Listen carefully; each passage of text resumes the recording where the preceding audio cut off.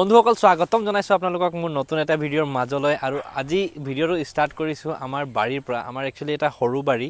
ইয়াতে আমি বহুতখিনি প্ৰকাৰৰ মানে খেতি হয় একচুয়ালি আজিৰ ভিডিঅ'টো খেতিৰ লগত জড়িত কাৰণে মই আজি বাৰীৰ পৰা ভিডিঅ'টো আৰম্ভ কৰিলো সৰুকে খেতি কৰা হয় একচুয়ালি ইয়াত আমাৰ গুটেখিনি খুৰাই কৰে সৰু খেতি কৰা হয় আমাৰ ইয়াতে আলু চালু ইয়াতে হয় আৰু লগতে ইফালে লাও চাও জাতিলাও গুটেখিনি খেতি কৰা হয় ইফালে আৰু ইটো সাইডে আমাৰ পুখুৰী সৰু পুখুৰী আছে পানী শুকালে পুখুৰী যি কি নহওক এতিয়া মূল কথালৈ আহিব বিচাৰিছো মই আজি ভিডিঅ'টো ইয়াৰ পৰা আৰম্ভ কৰাৰ মূল কথা হল আপোনালোকে শুনি আছে ফাৰ্মাৰ প্ৰটেষ্ট বা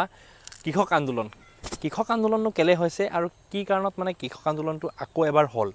যেহেতু আপোনালোকে গম পায় 2021 চনত এবাৰ কৃষক আন্দোলন হৈছিল কিন্তু আকৌ এতিয়া এবাৰ কৃষক আন্দোলন আৰম্ভ হৈছে কিহৰ কাৰণে হৈছে মূল কাৰণটো কি হেতু আজি ভিডিঅ'টোত মই আপোনালোকক জনাবলৈ চেষ্টা কৰিম যিমান পাৰো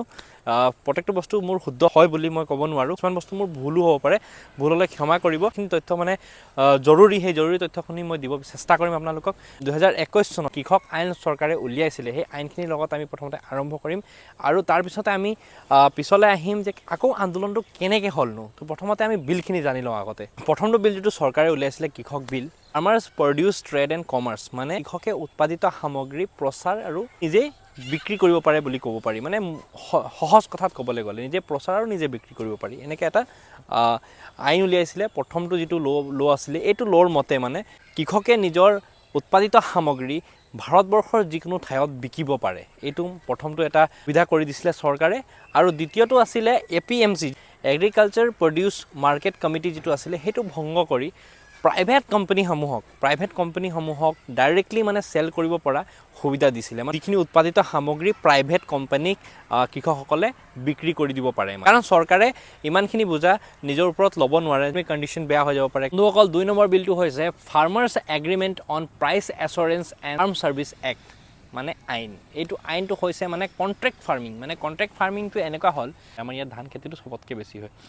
তো ধান খেতি ধৰি লওক একেলগতে 10খন 15খন গাঁও আছে কোনোবা এটা rice company suppose India get rice বা তেনেকা বেলেগ ধৰণৰ কোম্পানী কোনোবা এটা আহিলে ইয়াতে তেওঁলোকে ক'লে যে এই 10খন গাঁও বা 15খন গাঁও আমি একেলগতে হাঙৰি আপোনালোকক এইটো প্ৰাইচ সেট কৰিম এই প্ৰাইচটোৰ বিনিময়ত আপোনালোকে আমাক খেতি কৰি যি হয় আমাক বিকিব ডাইৰেক্টলি তেওঁলোকৰ মানে এটা কন্ট্ৰাকচুৱেল বেচিছত এটা প্ৰাইচ ফিক্স হ'ব সেই প্ৰাইচটো মানে MSP যাক কয় মিনিমাম সাপোৰ্ট প্ৰাইচ গভৰ্নমেণ্টে হেতু এছুৰেন্স দিব এই মানে প্ৰাইচ দিব লাগিব তাতকে কমত কিন্তু সেল নহব কন্ট্ৰাকচুৱেল ফাৰ্মিং এটোৱে হ'ব যে তেওঁলোকে সেই কোম্পানীৰ বিহাফত ফাৰ্মিং কৰিব খেতি কৰি উলিয়াব আৰু তেওঁলোকক হে বিক্ৰী কৰিব লাগিব আৰু তেওঁলোকে এটা মিনিমাম সাপোৰ্ট প্ৰাইচতে কিনিব লাগিব দ্বিতীয়টো বিলৰ মতে এইটো সুবিধা কৰি দিছিলে চৰকাৰে কৃষকসকলৰ বাবে আৰু ইয়াত মানে এটা প্ৰবলেম কি হয় যে কোম্পানীসমূহে উৎপাদিত সামগ্ৰীসমূহ কিনি ললে কিন্তু কিনাৰ পিছত কি হ'ল তেওঁলোকে ষ্টক কৰি লব বস্তুটো আৰু বস্তুটো ইয়াত কি আহি যাব খেলটো ডিমান্ড এণ্ড সাপ্লাই গতিকে যেতিয়া ডিমান্ড বাঢ়িব তেওঁলোকে নিজৰ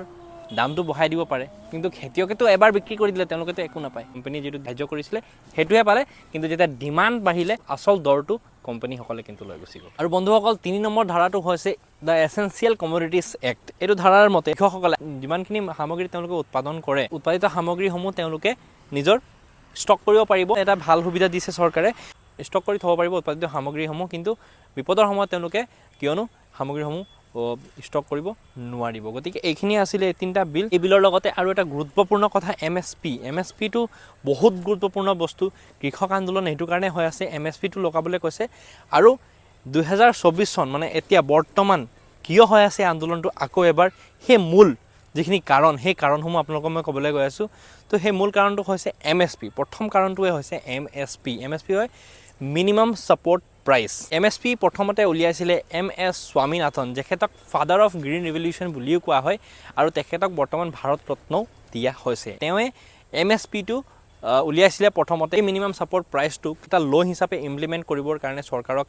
কৃষকসকলে প্ৰথমটো তেওঁলোকৰ দাবী দ্বিতীয়টো কাৰণ হৈছে কৃষকসকল আৰু কৃষকসকলৰ লগত যিসকলে খেতি পথাৰত কাম কৰে তেওঁলোকক পেনশনৰ ব্যৱস্থা কৰাৰ বাবে চৰকাৰক এটো দাবী জনাইছে আৰু তৃতীয়টো কাৰণ হৈছে এগ্ৰিকালচাৰ লোন যেটো তেওঁলোকক কৃষক ঋণ দিয়া হৈছিল কৃষক কিন্তু ৰেহাই দিবৰ কাৰণে তেওঁলোকে প্ৰতিবাদ কৰিছে আৰু হেখৰটো দাবী তেওঁলোকৰ হৈছে লখিমপুৰ কিন্তু আমাৰ অসম নহয় দেই লখিমপুৰ খেৰি বুলি ইউপি টো এটা জগা আছে লখিমপুৰ খেৰিত কি হৈছিল 10 জন কৃষকৰ মৃত্যু হৈছিল এই মৃত্যুৰ লগত কিছুমান লোক জড়িত হৈ আছিলে ঘটনাটো বিশেষ মই নাজানো সেইটো কাৰণে মই আপোনালোকক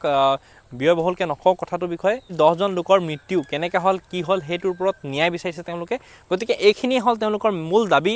আৰু এইখিনি বিষয়ৰ ওপৰতে তেওঁলোকে আন্দোলন কৰি আছে বৰ্তমান দিল্লীলৈ গোটেইখিনি গৈ আছে আৰু 144 ধাৰা লগোৱা আছে দিল্লী আৰু ইউপি হৰিয়ানা যিমানখিনি মানে বৰ্ডাৰিং এৰিয়া আছে যিটোক আমি NCR বুলিও কওঁ নেশ্যনেল কেপিটেল ৰিজন বুলিও কওঁ এই গোটেইখিনি এৰিয়াত 144 ধাৰা লাগি আছে আন্দোলন কোনো ব্যক্তি যাতে দিল্লীৰ ভিতৰত সোমাই আহিব নোৱাৰে সেইটো কাৰণে এইটো